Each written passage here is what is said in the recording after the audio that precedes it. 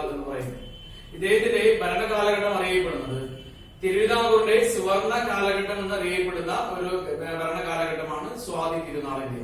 അപ്പോ സ്വാതി തിരുനാളിന്റെ ഭരണകാലഘട്ടം 1829 മുതൽ 1846 വരെയാണ്. സ്വാതി തിരുനാളിന്റെ ഭരണകാലഘട്ടം 1829 മുതൽ 1846 വരെയാണ് അവരുടെ ഭരണകാലഘട്ടം. സ്വാതി തിരുനാളിന്റെ ഭരണകാലഘട്ടം. അപ്പോ സ്വാതി തിരുനാളിന്റെ ഭരണകാലഘട്ടത്തെ നമ്മൾ വിശേഷിപ്പിക്കുന്നത് തിരുവിതാംകൂറിന്റെ സുവർണ കാലഘട്ടം എന്നാണ് വിശേഷിപ്പിക്കുന്നത്. എന്നാൽ കേരളത്തിന്റെ സുവർണ കാലഘട്ടം എന്നറിയപ്പെടുന്നത് കുലശേഖര രാജാക്കന്മാരുടെ ഭരണകാലഘട്ടത്തിനെയാണ് കേരളത്തിന്റെ സുവർണ കാലഘട്ടം എന്ന് വിശേഷിപ്പിക്കപ്പെടുന്നത്. അതേപോലെ ഇന്ത്യയുടെ സുവർണ കാലഘട്ടം എന്ന് അറിയപ്പെടുന്നത് ഗുപ്ത രാജവംശത്തിന്റെ കാലഘട്ടത്താണ് ഇന്ത്യയുടെ സുവർണ കാലഘട്ടം എന്ന് അറിയപ്പെടുന്നത്. അപ്പോ ഇവിടെ ശ്രദ്ധിക്കുക, തിരുവിതാംകൂറിന്റെ സുവർണ കാലഘട്ടം എന്ന് അറിയപ്പെടുന്നത് സ്വാതി തിരുനാളിന്റെ കാലഘട്ടമാണ്. ഇനി സ്വാതി തിരുനാളിന്റെ യഥാർത്ഥ നാമം എന്ന് ചോദിച്ചാൽ രാമവർമ്മ സ്വാതി തിരുനാളാണ്. സാധാരണ എല്ലാ തിരുവിതാംകൂർ രാജാക്കന്മാരുടെയും പേരെന്നാണ് ഒരു നാളിൽ നിന്നാണ് എന്ത് ചെയ്തത് ആരംഭിക്കുന്നത് അല്ലെ. പ്രവർത്തിക്കേണ്ടത് നമ്മുടെ സ്വാതി തിരുനാളിന്റെ നാൾ എന്ന് പറയുന്നത് ചോദ്യമാണ്. അപ്പോ രാമവർമ്മ സ്വാതി തിരുനാളാണ് അദ്ദേഹത്തിന്റെ യഥാർത്ഥ നാമം എന്ന് പറയുന്നത്. ഇനി വിശേഷണങ്ങളിലേക്ക് വരാം. ഒന്ന്, ഗർഭശ്രീമാൻ എന്നറിയപ്പെടുന്ന വ്യക്തിയാണ് സ്വാതി തിരുനാൾ. ദക്ഷിണ ബോത്സൻ എന്നറിയപ്പെടുന്ന വ്യക്തിയാണ് സ്വാതി തിരുനാൾ. എന്തൊക്കെയാണ്? ഗർഭശ്രീമാൻ എന്നറിയപ്പെടുന്നുണ്ട്, ദക്ഷിണ ബോത്സൻ എന്നൊക്കെ അറിയപ്പെടുന്ന വ്യക്തിയാണ് ആര്? സ്വാതി തിരുനാൾ എന്ന് പറയുന്നത്. അതേപോലെ തന്നെ രാജാക്കന്മാരിലെ സംഗീതജ്ഞൻ അല്ലെങ്കിൽ സംഗീതജ്ഞരിലെ രാജാവ് എന്നൊക്കെ വിശേഷിപ്പിക്കപ്പെടുന്ന വ്യക്തിയാണ് സ്വാതി തിരുനാള്. അപ്പൊ രാജാക്കന്മാരിലെ സംഗീതജ്ഞൻ, സംഗീതജ്ഞരിലെ രാജാവ് എന്നൊക്കെ വിശേഷിപ്പിക്കപ്പെടുന്ന വ്യക്തിയാണ് സ്വാതി തിരുനാൾ എന്ന് പറയുന്നത്. അതേപോലെ കേരളത്തിൽ തിരുവിതാംകൂറിൽ ആദ്യമായിക്കൊണ്ട് ഒരു ഇംഗ്ലീഷ് വിദ്യാഭ്യാസം 1834 തിരുവിതാംകൂറിൽ ആദ്യമായി ഇംഗ്ലീഷ് വിദ്യാഭ്യാസം നടപ്പിലാക്കിയ വ്യക്തിയാണ് സ്വാതി തിരുനാൾ. 1834 തിരുവിതാംകൂറിൽ ആദ്യമായിട്ട് ചെയ്യുന്നത് ഇംഗ്ലീഷ് വിദ്യാഭ്യാസം നടപ്പിലാക്കുന്നത്. അതിന്റെ ഭാഗമായിട്ട് അദ്ദേഹം തിരുവിതാംകൂറിൽ രാജാസ് ഫ്രീ സ്കൂൾ എന്ന പേരിൽ ചെയ്യുന്ന ഇംഗ്ലീഷ് വിദ്യാഭ്യാസ സ്ഥാപനം ആരംഭിക്കുന്നു. അപ്പൊ രാജാസ് ഫ്രീ സ്കൂൾ എന്ന പേരിൽ ചെയ്യുന്ന ഒരു ഇംഗ്ലീഷ് വിദ്യാഭ്യാസ സ്ഥാപനം ആരംഭിക്കുന്നു. അവിടെ ഓർത്തിരിക്കേണ്ട പ്രധാനപ്പെട്ട ഒരു വസ്തുത, കേരളത്തിലെ ആദ്യത്തെ ഇംഗ്ലീഷ് സ്കൂൾ ആരംഭിക്കുന്നത് 1818 മട്ടാഞ്ചേരിയിലാണ് ആരംഭിക്കുന്നത്. കേരളത്തിലെ ആദ്യത്തെ ഇംഗ്ലീഷ് സ്കൂൾ ആരംഭിക്കുന്നത് എവിടെയാണ്? മട്ടാഞ്ചേരിയിലാണ്. ഇത് വർഷമാണ് 1818. അത് ആരംഭിച്ച വ്യക്തിയാണ് ജെ ഡേവിസൺ എന്ന് പറയുന്നത്. അപ്പോ കേരളത്തിലെ ആദ്യത്തെ ഇംഗ്ലീഷ് സ്കൂൾ ആരംഭിച്ചത് എവിടെയാണ്? മട്ടാഞ്ചേരിയിൽ. ഏത് വർഷമാണ്? 1818. ആരാണ് ആരംഭിച്ചത്? ജെ ഡേവിസൺ ആണ്. അതേപോലെ തിരുവിതാംകൂറിൽ ആരംഭിച്ചു? നമ്മുടെ സ്വാതി തിരുനാൾ ആരംഭിച്ചു. ഇംഗ്ലീഷ് വിദ്യാഭ്യാസം ഒക്കെ നടപ്പിലാക്കിയത് 1834. എന്നാൽ മലബാറിൽ ഇത് ആരംഭിച്ചത് 1856 ഗുണ്ടർട്ട് ആണ് ചെയ്യുന്നത്. ഹെർമൻ ഗുണ്ടർട്ട് ആണ് ഇംഗ്ലീഷ് വിദ്യാഭ്യാസ സ്ഥാപനം ആരംഭിക്കുന്നത്. അത് സ്ഥിതി ചെയ്തിരുന്നത് തലശ്ശേരിയിലാണ്. ബാസൽ ഇവാഞ്ചലിക്കൽ മിഷന്റെ ഭാഗമായിട്ടാണ് BEM അല്ലെങ്കിൽ ബാസൽ ഇവാഞ്ചലിക്കൽ മിഷന്റെ ഭാഗമായിട്ടാണ് തലശ്ശേരിയിൽ ഇത്തരത്തിലുള്ള ഇംഗ്ലീഷ് വിദ്യാഭ്യാസ സ്കൂൾ ആരംഭിക്കുന്നത്. ഇനി സ്വാതി തിരുനാളുമായി ബന്ധപ്പെട്ടുകൊണ്ട് ഏറ്റവും പ്രധാനപ്പെട്ട ഒരു വിജ്ഞാപനമാണ് ശുചീന്ദ്രം കൈമുക്ക് നിർത്തലാക്കിക്കൊണ്ടുള്ളത്. ശുചീന്ദ്രം കൈമുക്ക്, അതായത് തിളച്ച എണ്ണയിൽ എന്താണ് മുക്കിയുടെ ഒരാള് യഥാർത്ഥത്തില് അയാൾ കുറ്റവാളിയാണോ അല്ലയോ എന്നുള്ള കാര്യങ്ങൾ തീരുമാനിക്കുന്ന ഒരു സംഭവമാണ് ശുചീന്ദ്രം. ഇന്ദ്രനെ ശുദ്ധിയാക്കുക എന്നുള്ളതാണ് ശുചീന്ദ്രം എന്നൊക്കെ പറയുന്നത്. അപ്പോൾ ശുചീന്ദ്രം കൈമുക്ക് നിർത്തലാക്കിക്കൊണ്ട് വിജ്ഞാപനം കൊണ്ടുവന്ന തിരുവിതാംകൂർ ഭരണാധികാരിയാണ് സ്വാതി തിരുനാൾ എന്ന് പറയുന്നത്. അപ്പൊ തിരുവിതാംകൂറിലെ ആദ്യത്തെ സെൻസസ് നടത്തിയ വർഷമാണ് 1836. ആരുടെ കാലഘട്ടത്തിലാണ്? സ്വാതി തിരുനാളിന്റെ കാലഘട്ടത്തിലാണ്. അപ്പൊ കലകളുടെയൊക്കെ ഒരു താരതമ്യത്തിലെത്തിയ ഒരു കാലഘട്ടമാണ് സ്വാതി തിരുനാളിന്റെ കാലഘട്ടം. ആ കാലഘട്ടത്തില് 1836 സെൻസസ് ആദ്യമായിട്ട് നടത്തുന്നത്. അതേപോലെ തന്നെ തിരുവിതാംകൂറിൽ വാന നിരീക്ഷണ കേന്ദ്രം സ്ഥാപിക്കുന്നത് സ്വാതി തിരുനാളാണ്. 1837. തിരുവിതാംകൂറിൽ വാന നിരീക്ഷണ കേന്ദ്രം സ്ഥാപിക്കുന്നത് 1837. അതേപോലെ തപാൽ സ്റ്റാമ്പിൽ ഇടം നേടിയ ആദ്യത്തെ തിരുവിതാംകൂർ ഭരണാധികാരിയാണ് സ്വാതി തിരുനാള്. തപാൽ സ്റ്റാമ്പിൽ ഇടം നേടിയ ആദ്യത്തെ തിരുവിതാംകൂർ ഭരണാധികാരിയാണ് ആര്? സ്വാതി തിരുനാള്. അപ്പോ സ്വാതി തിരുനാള് തിരുവിതാംകൂറിന്റെ സുവർണ കാലഘട്ടം എന്നറിയപ്പെടുന്ന ആരുടെ ഭരണകാലഘട്ടമാണ്? സ്വാതി തിരുനാളിന്റേത്. അദ്ദേഹത്തിന്റെ ഭരണകാലഘട്ടം ഏതു മുതൽ ഏതുവരെ? 1829 മുതൽ 1846 വരെ. യഥാർത്ഥ നാമം എന്താണ്? രാമവർമ്മ സ്വാതി തിരുനാൾ. ഇനി ഗർഭശ്രീമാനെന്നും ദക്ഷിണ ഭോജനം എന്നൊക്കെ അറിയപ്പെടുന്നത് ആരാണ്? സ്വാതി തിരുനാള്. രാജാക്കന്മാരിലെ സംഗീതജ്ഞൻ, സംഗീതജ്ഞരിലെ രാജാവ് എന്നൊക്കെ വിശേഷിപ്പിക്കുന്ന ആരെയാണ്? സ്വാതി തിരുനാളിനെയാണ്. 1834 ഇംഗ്ലീഷ് വിദ്യാഭ്യാസം നടപ്പിലാക്കി. അതുപോലെ രാജാസ് പ്രീ സ്കൂൾ എന്ന പേരിൽ ഒരു ഇംഗ്ലീഷ് വിദ്യാഭ്യാസ സ്ഥാപനം ആരംഭിച്ചു. അപ്പൊ അവിടെ മട്ടാഞ്ചേരിയും തലശ്ശേരിയും എന്ത് ചെയ്യുക? ഓർത്തിരിക്കാം. അതുപോലെ ശുചീന്ദ്രൻ കൈമുക്ക് നിർത്തലാക്കി. അതുപോലെ കേരളത്തിൽ ആദ്യത്തെ അല്ലെങ്കിൽ തിരുവിതാംകൂർ ആദ്യത്തെ സെൻസസ് നടന്ന വർഷമാണ് 1836. തിരുവിതാംകൂറിൽ വാന നിരീക്ഷണ കേന്ദ്രം സ്ഥാപിച്ചത് ഏത് വർഷമാണ്? 1837.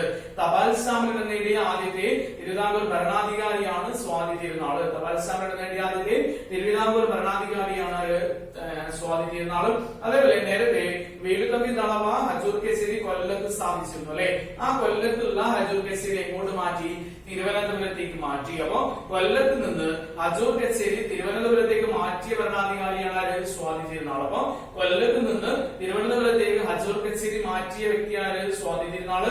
അതേപോലെ കേരളത്തിൽ ആദ്യമായി ഇംഗ്ലീഷ് മലയാളം കലണ്ടർ ആരംഭിച്ചത് ആരാണ്? സ്വാതി തിരുനാളാണ്. അപ്പൊ ഇംഗ്ലീഷ് മലയാളം കലണ്ടർ ആരംഭിച്ചത് ആരാണ്? സ്വാതി തിരുനാളാണ്. അതേപോലെ മോഹിനിയാട്ടം എന്ന് പറയുന്ന കലകളുടെ പ്രചരണവുമായി ബന്ധപ്പെട്ട വ്യക്തിയാണ് ആര്? സ്വാതി തിരുനാൾ എന്ന് പറയുന്നത്. ഇനി സ്വാതി തിരുനാളുമായി ബന്ധപ്പെട്ടുകൊണ്ട് ഇത്രയും കാര്യങ്ങളും ഓർത്തിരിക്കുമല്ലോ. ആദ്യത്തെ സെൻസസ്, വാന നിരീക്ഷണ കേന്ദ്രം, തപാൽ സ്റ്റാമ്പുകൾ നേടിയ ആദ്യത്തെ തിരുവിതാംകൂർ ഭരണാധികാരി, ഹജൂർ കച്ചേരി കൊല്ലം ടു തിരുവനന്തപുരം, ആദ്യത്തെ ഇംഗ്ലീഷ് മലയാളം കലണ്ടർ, അതുപോലെ മോഹിനിയാട്ടത്തിന് പ്രചരണം നൽകി. ഇനി അദ്ദേഹത്തിന്റെ ചില സംഭാവനകളാണ്. ഒന്ന്, തിരുവിതാംകൂറിൽ മുൻസിഫ് കോടതികൾ ആരംഭിച്ചു. അപ്പോൾ നമ്മൾ ഓർത്തിരിക്കേണ്ടത് സഞ്ചരിക്കുന്ന കോടതിയാണെങ്കിൽ വേലുത്തമ്പി ദളവ. അതേപോലെ ജില്ലാ കോടതി, അപ്പീൽ കോടതികൾ സ്ഥാപിച്ചതാരാണ്? റാണി ഗൗരി ലക്ഷ്മിബായി ആണ്. അതുപോലെ മുൻസിഫ് കോടതികൾ ആരംഭിച്ചതാരാണ്? സ്വാതി തിരുനാളാണ്. കുതിരമാളിക ആരംഭിച്ചതാരാണ്? സ്വാതി തിരുനാളാണ്. സിവിൽ ഹോസ്പിറ്റൽ ആരംഭിച്ചതാരാണ്? സ്വാതി തിരുനാള്. കുതിരമാളിക ആരംഭിച്ചതാരാണ്? സ്വാതി തിരുനാള്. സിവിൽ ഹോസ്പിറ്റൽ ആരംഭിച്ചതാര്? സ്വാതി തിരുനാള്. എഞ്ചിനീയറിംഗ് ഡിപ്പാർട്ട്മെന്റ് ആരംഭിച്ചതാരാണ്? സ്വാതി തിരുനാള്. എഞ്ചിനീയറിംഗ് ഡിപ്പാർട്ട്മെന്റ് ആരുടെ വകയാണ്? സ്വാതി തിരുനാള്. ഗവൺമെന്റ് പ്രസ് ആരംഭിച്ചത് സ്വാതി തിരുനാള്. ഗവൺമെന്റ് പ്രസ് ആരംഭിച്ചത് സ്വാതി തിരുനാള്. മൃഗശാല ആരംഭിച്ചതാരാണ്? സ്വാതി തിരുനാളാണ്. നക്ഷത്ര ബംഗ്ലാവ് ആരംഭിച്ചതാരാണ്? സ്വാതി തിരുനാളാണ്. ജലസേചന വകുപ്പ് ആരംഭിച്ചതാരാണ്? സ്വാതി തിരുനാളാണ്.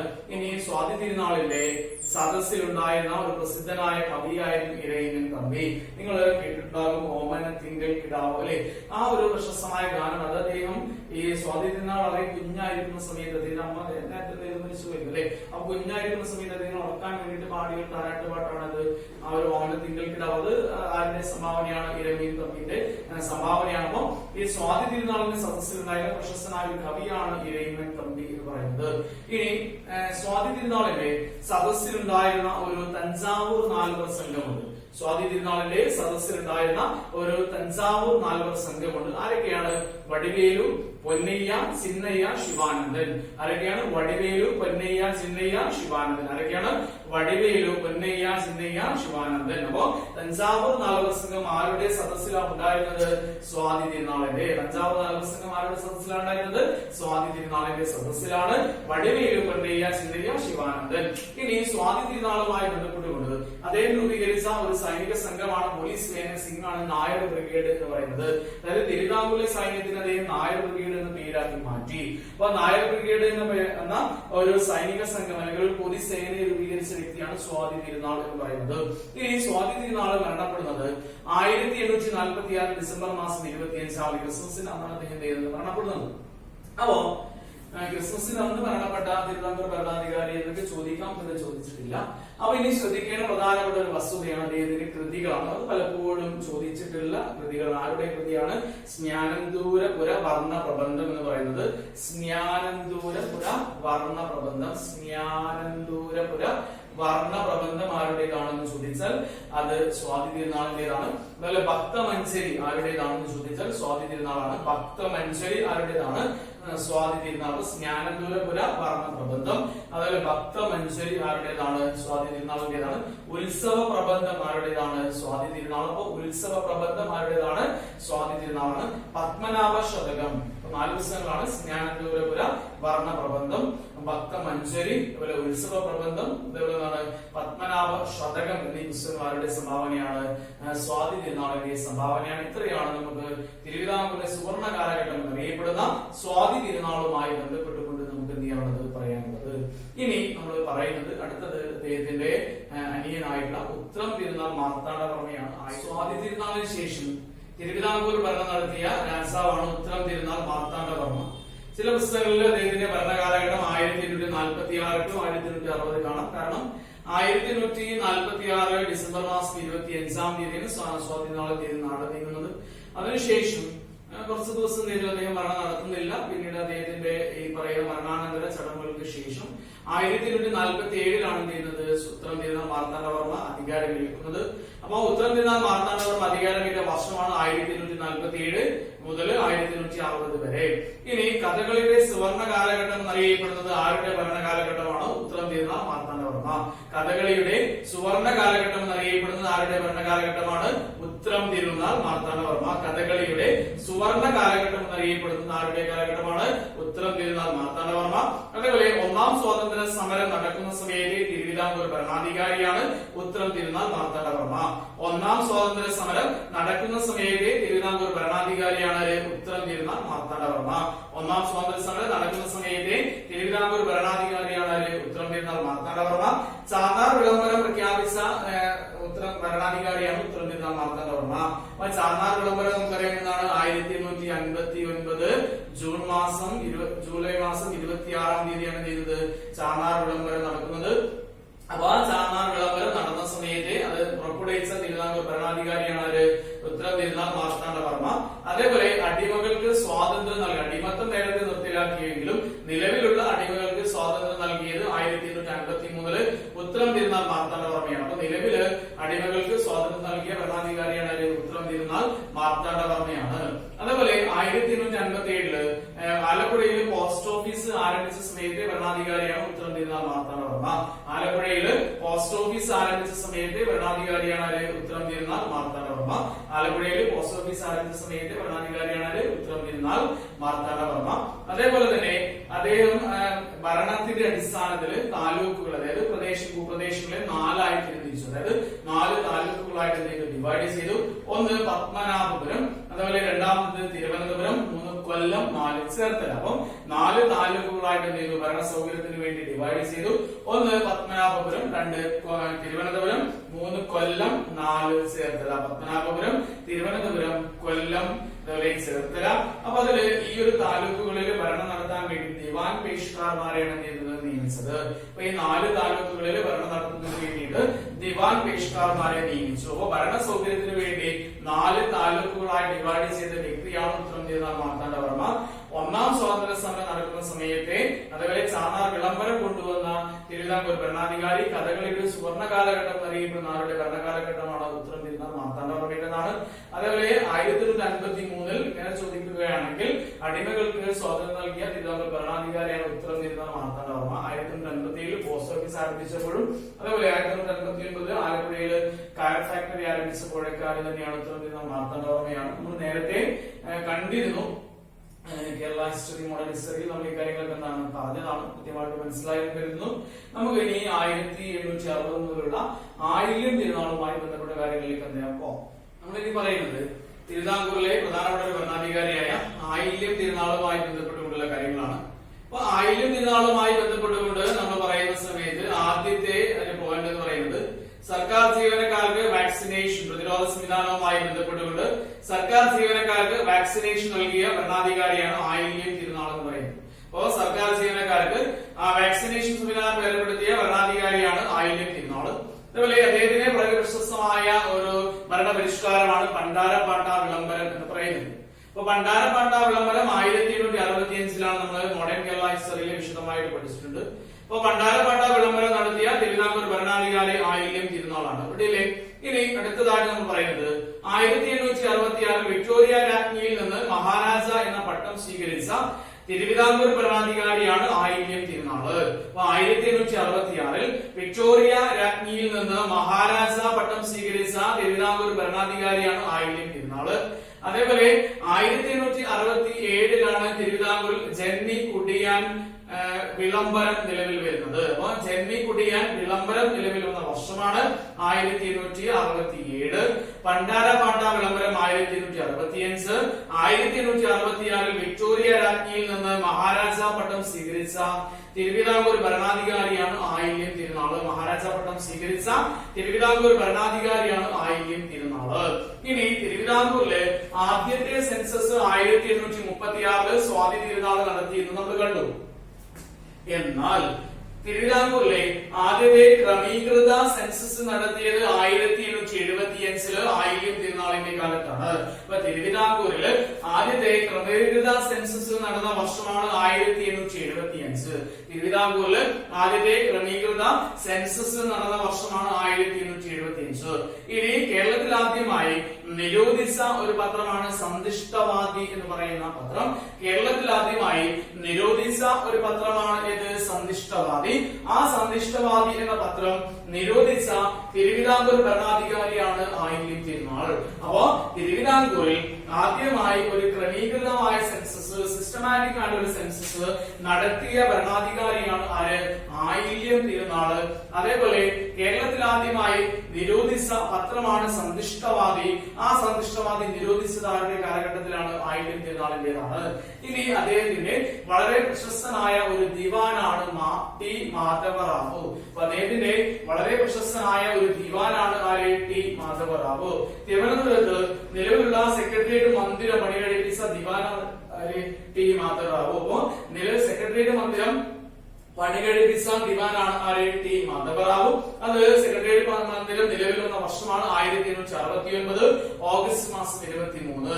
1869 ഓഗസ്റ്റ് മാസം 23 തീയതിയാണ് ഈ ഒരു സെക്രട്ടേറിയറ്റ് മന്ദിരം എന്ത് ചെയ്യുന്നത്? ഉദ്ഘാടനം ചെയ്യപ്പെടുന്നത്. ഇനി അതിന് ശില്പി ആരെന്ന് ചോദിച്ചാൽ ആരാണ്? വില്യം ബർട്ടൺ ആണ്. അപ്പൊ സെക്രട്ടേറിയറ്റ് മന്ദിരത്തിന്റെ ശില്പിയാണ് ആര്? വില്യം ബർട്ടൺ ആണ്. അതേപോലെ തന്നെ സർക്കാർ അഞ്ചൽ എന്ന പേരിലുള്ള പോസ്റ്റൽ സർവീസിനെ പൊതുജനങ്ങൾക്കായി തുറന്നുകൊടുത്ത ദിവാനാണ് ടി മാധവറാവു. അപ്പൊ സർക്കാർ അഞ്ചൽ എന്ന പേരിലുള്ള പോസ്റ്റൽ സർവീസിനെ പൊതുജനങ്ങൾക്ക് തുറന്നുകൊടുത്ത ദിവാനാണ് ആര്? നമ്മുടെ ആയില്യം തിരുനാൾ എന്ന് പറയുന്നത്, ദിവാൻ എന്ന് പറയുന്നത് ടി മാധവറാവു. അപ്പൊ അത് ഏത് വർഷമാണ്? 1861. അതായത് സർക്കാർ അഞ്ചൽ എന്ന് പറയുന്ന ഒരു പോസ്റ്റൽ സർവീസ് ജനങ്ങൾക്ക്, പൊതുജനങ്ങൾക്ക് തുറന്നുകൊടുത്ത ദിവാൻ ആര്? ടി മാധവറാവു 1861.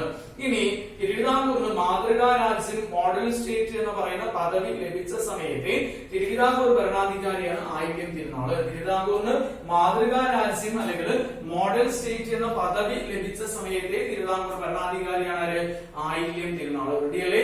മാതൃകാ രാജ്യം അല്ലെങ്കിൽ മോഡൽ സ്റ്റേറ്റ്. അപ്പൊ സർക്കാർ ജീവനക്കാർക്ക് വാക്സിനേഷൻ ഏർപ്പെടുത്തിയ തിരുവിതാംകൂർ ഭരണാധികാരിയാണ് ആയില്യം തിരുനാള്. ഭണ്ഡാരപാട്ട വിളംബരം 1865. അതുപോലെ വിക്ടോറിയ രാജ്ഞിയിൽ നിന്ന് മഹാരാജ പട്ടം 1866. ജന്മിക്കുടിയാൻ വിളംബരം 1867. 1875 സിസ്റ്റമാറ്റിക് സെൻസസ്, സന്ദിഷ്ടവാദി പത്രം നിരോധിച്ചു. ദിവാനാണ് ടി മാധവറാവു സെക്രട്ടേറിയറ്റ് മന്ദിരം ഉദ്ഘാടനം ചെയ്തത്. 1869 ഓഗസ്റ്റ് മാസം 23 തീയതി സർക്കാർ അഞ്ചൽ പൊതുജനങ്ങൾക്ക് തുറന്നുകൊടുത്ത വർഷമാണ് 1861. ഇനി ഓർത്തിരിക്കേണ്ടത് മോഡൽ സ്റ്റേറ്റ്, മാതൃകാ രാജ്യ പദവി ലഭിച്ച സമയത്തെ തിരുവിതാംകൂർ ഭരണാധികാരിയാണ് ആയില്യം തിരുനാള്. ഇനി ആയില്യം തിരുനാൾ എന്തൊക്കെയാണ് സ്ഥാപിച്ചത് നോക്കാം. ഒന്നാമത്തേതാണ് 1866 തിരുവനന്തപുരത്ത് ആർട്സ് കോളേജ് സ്ഥാപിച്ചു. അപ്പൊ ഒന്നാമത്തെ കാര്യം 1866 തിരുവിതാംകൂറിൽ എന്ത് സ്ഥാപിച്ചു? ആർട്സ് കോളേജ് സ്ഥാപിച്ചു. 1877 അദ്ദേഹം എന്ത് ചെയ്തത്? പുനലൂർ തൂക്കുപാലം സ്ഥാപിക്കുന്നത്. 1877 പുനലൂർ തൂക്കുപാലം സ്ഥാപിച്ച സമയത്ത് ഭരണാധികാരി ആരാണ്? ആയില്യം തിരുനാളാണ്. 1874 അദ്ദേഹം നിയമവിദ്യാഭ്യാസം ആരംഭിക്കുകയും 1875 തിരുവിതാംകൂറിൽ ലോ കോളേജ് സ്ഥാപിക്കുകയും ചെയ്യുന്നു. അപ്പോ 1874 നിയമവിദ്യാഭ്യാസം ആരംഭിക്കുകയും 1975 അദ്ദേഹം എന്ത് ചെയ്യുന്നു? ഒരു ലോ കോളേജ് സ്ഥാപിക്കുകയും ചെയ്യുന്നു. ആലപ്പുഴ ലൈറ്റ് ഹൗസ് സ്ഥാപിക്കുന്ന സമയത്ത് തിരുവിതാംകൂർ ഭരണാധികാരി ആയില്യം തിരുനാള്. അതുപോലെ തിരുവനന്തപുരം മാനസികാരോഗ്യ കേന്ദ്രം സ്ഥാപിച്ച സമയത്തെ ഭരണാധികാരി ആയില്യം തിരുനാള്. പൂജപ്പുര സെൻട്രൽ ജയിൽ സ്ഥാപിച്ച സമയത്തെ ഭരണാധികാരി ആയില്യം തിരുനാള്. കാഴ്ച ബംഗ്ലാവ് സ്ഥാപിച്ച സമയത്തെ ഭരണാധികാരി ആയില്യം തിരുനാള്. ശംഖുമുഖം കൊട്ടാരം സ്ഥാപിച്ച ഭരണാധികാരിയാണ് ആയില്യം തിരുനാള്. റെഡിയല്ലേ? അപ്പൊ ആയില്യം തിരുനാളുമായി ബന്ധപ്പെട്ടുകൊണ്ട് ഇത്രയും കാര്യങ്ങളാണ് നമ്മൾ മത്സര പരീക്ഷകളിൽ നമ്മൾ ഓർത്തിരിക്കേണ്ടത്. അധികം പോയിന്റുകളൊന്നുമില്ല. ഒന്ന് രണ്ട് പ്രാവശ്യം റിപ്പീറ്റ് ചെയ്ത് കാണാൻ നോട്ട്സ് ഒന്നും എഴുതാം. ഇതൊരു 1-2 പ്രാവശ്യം വായിച്ചു കഴിഞ്ഞാൽ നിങ്ങൾക്ക് തിരുവിതാംകൂറിൽ നമുക്ക് എന്തെങ്കിലും മാർക്കുകൾ നമുക്ക് എന്തെങ്കിലും മിസ്സായി, അല്ലെങ്കിൽ ഒരു പ്രാവശ്യം നിങ്ങൾ വായിച്ചു കഴിഞ്ഞാൽ നിങ്ങൾക്ക് എന്തെങ്കിലും കൺഫ്യൂഷൻസ് വരും. സ്വാഭാവികമായിട്ട് ഒരു 1-2 പ്രാവശ്യം എന്ത് ചെയ്യുക, ജസ്റ്റ് കുറച്ചൊരു ഗ്യാപ്പ് ഇട്ടിട്ട് എന്ത് ചെയ്യുക, ഒന്ന് വായിക്കുക, ഇടയ്ക്ക് എന്ത് ചെയ്യുക, ക്ലാസ് എന്ത് ചെയ്യുക, ഒന്ന് റിപ്പീറ്റ് ചെയ്ത് കാണാം. അപ്പൊ നമുക്ക് എന്ത് ചെയ്യും, ഇത് വളരെ സിമ്പിൾ ആയിട്ട് എന്ത് ചെയ്യും, ഇതിലെ മാർക്കുകൾ നമുക്ക് ലഭിക്കും. അടുത്ത ഭരണാധികാരി ആരാ നമുക്ക് എന്ത് ചെയ്യാം, വളരെ പെട്ടെന്ന് നോക്കാം.